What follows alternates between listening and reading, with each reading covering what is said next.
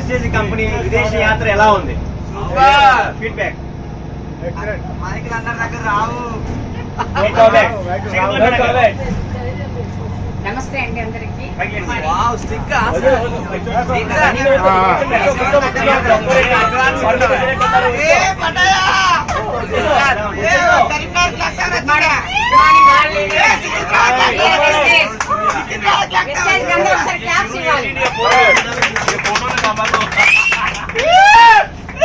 ఈ రోజున మనం ఇంత ఎంజాయ్ చేస్తున్నామంటే వెస్టేజ్ పుణ్యమే.